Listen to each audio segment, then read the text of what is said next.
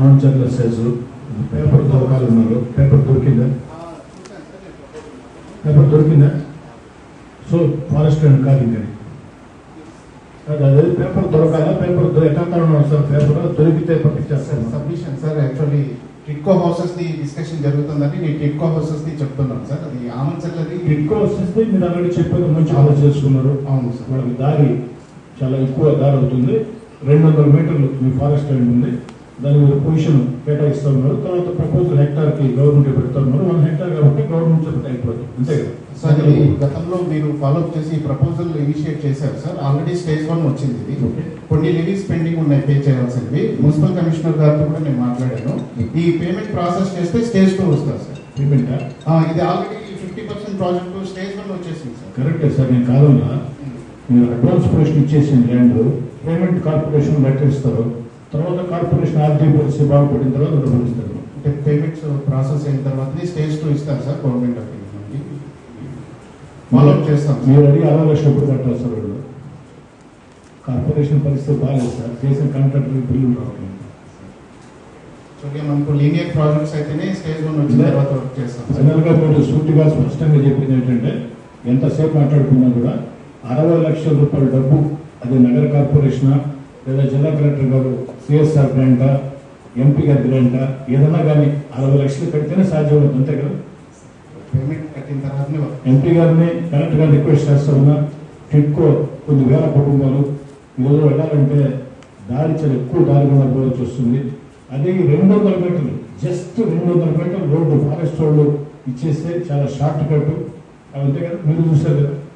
దయచేసి ఆ 60 lakhs ఏదో గ్రాంట్ కింద, మైనింగ్ గ్రాంటో, సిఎస్ఆర్ గ్రాంటో, ఎంపీ గ్రాంటో లేదా కమిషనర్ గారికి చెప్పి, ఎందుకంటే నేను చెప్తే కమిషనర్ ఇచ్చే పరిస్థితులు లేకపోతాయి. ముందంతా అక్కడ లాగేశాం కాబట్టి అతను కనపడితేనే కొంచెం పక్కకి వెళ్ళిపోతున్నాడు. దయచేసి అర్థం చేసుకోండి సార్. అది ఓకే, మీరు ప్రామిస్ చేస్తున్నారు, ఏదో రకంగా దాన్ని చేస్తారు. మెయిన్ పాయింట్ అది కాదు. సార్ 500 ఎకరాలు మా ఒక్క పరిశ్రమ కూడా లేదు.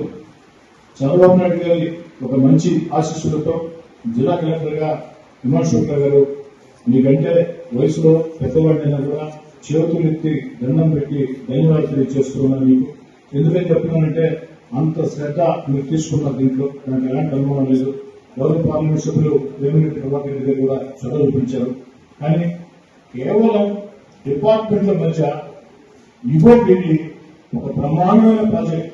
నెల్లూరు రూరల్ కాదు, నెల్లూరు జిల్లా దశ దిశ మార్చే భారతదేశంలోనే అతిపెద్ద గ్లాస్ ఫ్యాక్టరీ ప్రాజెక్ట్ వచ్చే అవకాశం ఉన్నప్పటికీ కూడా డిపార్ట్మెంట్ మధ్య సమన్వయం లేక.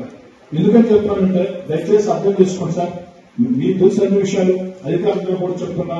ఎప్పుడో 2014-19లో చంద్రబాబు గారు ముఖ్యమంత్రిగా ఉన్నప్పుడు, నేను ప్రతిపక్షంలో ఎమ్మెల్యేగా ఉన్నప్పుడు, ఆఖరి దశలో 500 ఎకరాల ల్యాండ్ని ప్రభుత్వం డబ్బులు చెల్లించి స్వాధీనం చేసుకుంది పరిశ్రమకున్నారు. 500 ఎకరాలకి 50 కోట్ల డబ్బులు ఇచ్చేదాకా ఫారెస్ట్ అధికారులు చూస్తూ గమనించారు. ఇలా 50 కోట్లు ప్రజా డబ్బు రెవెన్యూ డిపార్ట్మెంట్ ఏపీఎస్సీ ద్వారా చెల్లించిన తర్వాత, 50 కోట్లు రైతులు చెల్లించిన తర్వాత తీరా పరిశ్రమ పెట్టాలన్న సమయానికి అక్కడ తీసుకొచ్చి ఫారెస్ట్ వాళ్ళు ఉన్నది ఇది బోర్డు అన్నట్టు. ఆ తర్వాత రెండోసారి కూడా ఎమ్మెల్యేలకు అనేక ప్రయత్నాలు చేశాం. నా మాట పట్టించుకోవడం ఉండేది. గౌతమ్ రెడ్డి గారు బతుకుంటే ఏదైనా కొంత అవకాశం దొరికేదా కానీ వారు చొరవ తీసుకున్నారు. సెక్రటరీ గారు కలెక్టర్ చొరవ తీసుకున్నారు. ఈ లోపల దురదృష్టం గౌతమ్ రెడ్డి గారు మరణించారు. సెక్రటరీ గారు బదిలీపై వెళ్ళారు. ఆ తర్వాత అదేమీ తెలియదు. జిల్లా కలెక్టర్ గా హిమాంశుక్ల గారు వచ్చిన తర్వాత ఎంతో చొరవ తీసుకున్నారు. దయచేసి డిఎఫ్ఓ గారిని 1కి 10 సార్లు రిక్వెస్ట్ చేశాను.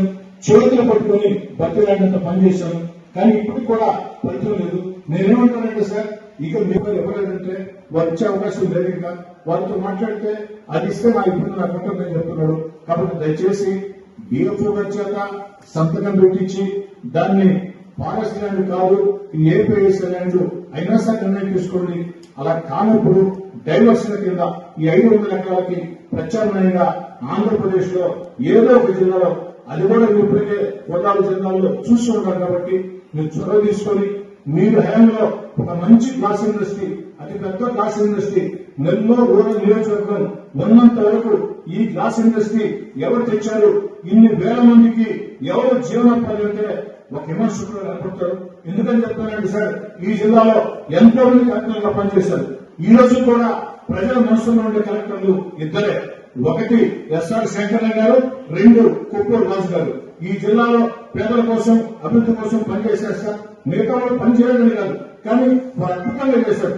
వారి స్థాయిలో, ఒక ఎస్ఆర్ శంకరయ్య గారి స్థాయిలో, ఒక కొప్పూరు రాజు గారి స్థాయిలో ఈ జిల్లా చరిత్రలో మీరు చిరస్థాయిగా నిలిచిపోతారు. దయచేసి అర్థం చేసుకోండి.